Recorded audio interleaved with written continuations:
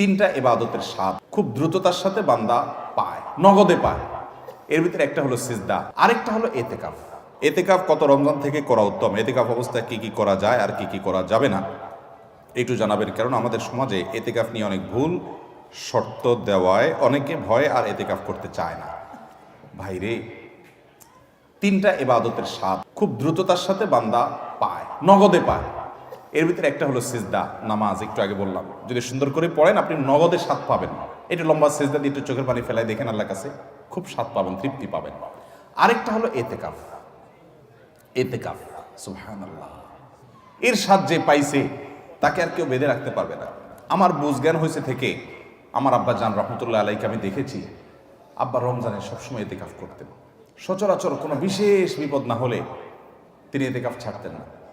আব্বাজান রহমতুল্লাহ আলাই গত আগস্ট মাসের 18 তারিখে দুনিয়া থেকে চলে গেলেন।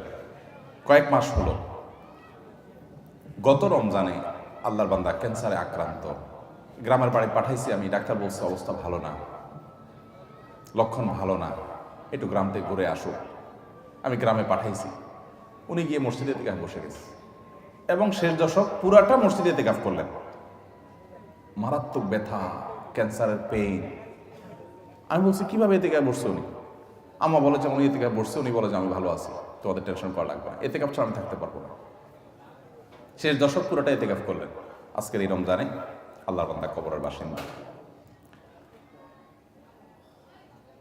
আমি নিজে আলহামদুলিল্লাহ চেষ্টা করি রমজান এতেকাফ করার, চেষ্টা করি। খুব বিশেষ অসুবিধা না হলে আমার বুঝজ্ঞান হচ্ছে আমি চেষ্টা করি। আমল অন্য আমল করতে পারি না, এটা ছাড়ার চেষ্টা করি না, মানে এটা ছাড়তে চাই না, চেষ্টা করি এটা করার। এতেকাফের নগদ স্বাদ পাওয়া যায় ভাই, অভূতপূর্ব এক স্বাদ। যারা করেছেন তারা জানেন। আল্লাহর ঘরে একটু বসে যান, বসে ইবাদতবন্দি করেন, আপনার ফিল হবে কি জানেন? ফিল হবে গাট্টি বসকা নিয়ে আল্লাহর চৌকাঠে এসে পড়ে গেছে, এরকমটা ফিল হবে, অনুভব হবে, অসম্ভব ভালো লাগা কাজ করবে। বিশেষ করে এই মোবাইল টিপি দুনিয়ার হাজারটা কাজে, ইজি কাজে বিজি থাকার এই সময় 10টা দিনের জন্য আপনি নিজেকে বন্দি করে ফেলেন মসজিদে, অন্যরকম একটা স্বাদ পাবেন। আরেকটা ইবাদতের স্বাদ নগদ পাওয়া যায়, অনেক ইবাদতের স্বাদই নগদ পাওয়া যায়। আমি তিনটা আমার অভিজ্ঞতার আলোকে বলছি। সেটা হলো আরাফাতের ময়দানের দোয়া। আল্লাহ যাদেরকে তৌফিক দিয়েছেন তারা জানেন কি তৃপ্তি, কি স্বাদ, কি ভালো লাগা। সেই দুপুর থেকে দোয়া একদম সূর্য অস্ত যাওয়া পর পর্যন্ত লম্বা সময়, কয়েক ঘন্টা পর্যন্ত চাইতে চাইতে আল্লাহর কাছে মন ভরে চাওয়া যায়, খুব ভালো লাগা কাজ করে। আল্লাহ আমাদেরকে সব ইবাদতের স্বাদ পাওয়ার তৌফিক দান করুন। তাহলে ভাইরা আমার, এতেকাফ ইনশাআল্লাহ আমরা করবো তো? আল্লাহ চাহেন তো? খুব লজ্জার কথা যে আমাদের দেশের মসজিদগুলোতে এতেকাফের জন্য টাকা দিয়ে লোক ভাড়া করা লাগে, আছে না নাই? আহারে কপাল পড়া রে। নবী করিম সাল্লাল্লাহু আলাইহি সাল্লাম রমজানের রোজা ফরজ হওয়ার পর থেকে নিয়ে তৃতীয় হিজরিতে, দ্বিতীয় বা তৃতীয় হিজরিতে রমজান রোজা ফরজ হওয়ার পর থেকে নিয়ে তার ওয়াফাতের আগ পর্যন্ত একটি বারের জন্য এতেকাফ ছাড়া থাকেন নাই। যে আমলটা নবী করিম সাল্লাল্লাহু আলাইহি সাল্লামের জীবনে একবারও ছাড়েন নাই, আমরা বেশিরভাগ লোক জীবনে একবারও করি নাই। হাত তোলেন দেখি কারা কারা এতেকাফ করছেন মসজিদ 10 দিন রমজানের শেষ 10 দিন ফুল এতেকাফ করছেন, জীবনে একবার হলেও করছেন। যারা হাত তোলেন দেখেন কয়টা হাত উঠছে, গোনা যাবে না। এর মানে হলো ম্যাক্সিমাম মানুষ আমরা জীবনে একবারও করি নাই। যে আমল আমার নবী সাল্লাল্লাহু আলাইহি সাল্লাম জীবনে কখনো ছাড়েন নাই, সেটা আমি কখনো জীবনে একবারও করি নাই। আরে ভাই, চরম শত্রুর সাথেও তো এরকম বিপরীত থাকে না, সেখানে আপনার নবীর সাথে আপনার এরকম বৈপরীত্য। এতেকাফ করবেন তো ইনশাআল্লাহ?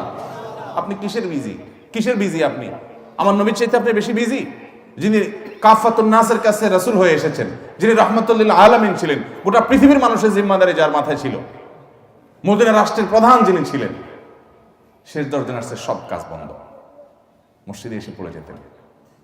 উনি যদি পারেন, আপনি কি ব্যস্ত? এতেকাফ করবো তো ইনশাআল্লাহ? রমজানের শেষ দশকে এতেকাফ করবেন। সামনের বছর নিয়ত করছেন যারা, হাত তোলেন দেখি। সিরিয়াস যারা নিয়ত করছেন, আল্লাহ আমাদের তৌফিক দান করুন, আর বাকিদেরকে আল্লাহ তাআলা নিয়ত করার তৌফিক দান করুন। এতেকাফ করবো তো ইনশাআল্লাহ? এতেকাফ করার অবস্থা কি কি নিষেধ? এতেকাফের বাইরে আপনার যা যা নিষেধ, এতেকাফ অবস্থায় তা নিষেধ। হারাম কোনো কাজ তো বাইরেও করা যাবে না, মসজিদেও করা যাবে না। তবে এতেকাফরত অবস্থায় আপনি দুনিয়ার কাজ কাম এতেকাফে বসে বসে করবেন না।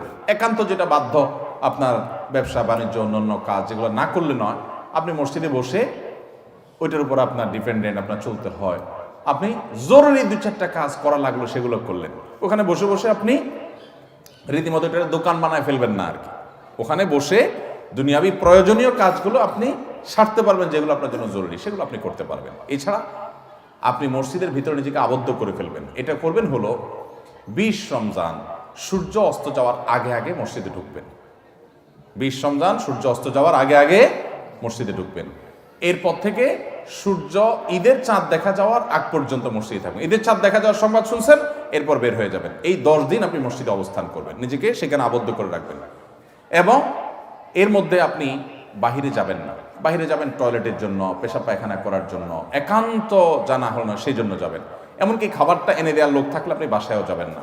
খাবার এনে দেওয়ার কোনো লোক নাই, কোনো ব্যবস্থা নাই, এরকম কোনো জায়গায় যদি ইতিকাফ করেন তাহলে শুধু খেতে চেয়ে কারোর সাথে কথাবার্তা না বলে সোজা আবার চলে আসবেন, বাস। অর্থাৎ 10 দিন আপনি মসজিদে বন্দি রাখলেন নিজেকে, শুধু বন্দির জন্য, বাস। এ হলো ইতিকাফ। সেখানে আপনি তেলাওয়াত, তাসবিহ, ঘুম, অন্য সাধারণ কাজ কাম সবই করতে পারবেন। এমনকি যে বললাম দুনিয়ার যে কাজ না করলেন সেটাও আপনি জরুরি কাজ মসজিদে বসে করতে পারবেন।